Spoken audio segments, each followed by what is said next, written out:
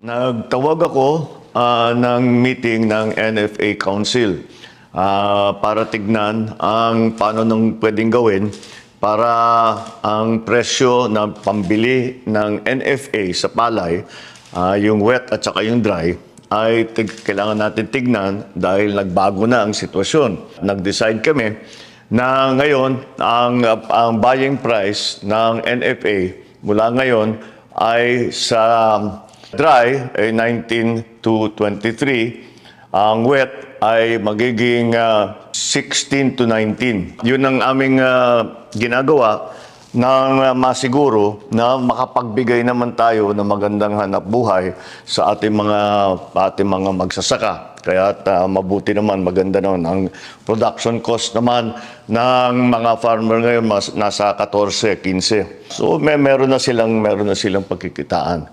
At bukod pa ron, nandiyan na yung price cap. So para maikalma natin itong nangyayari sa rice prices.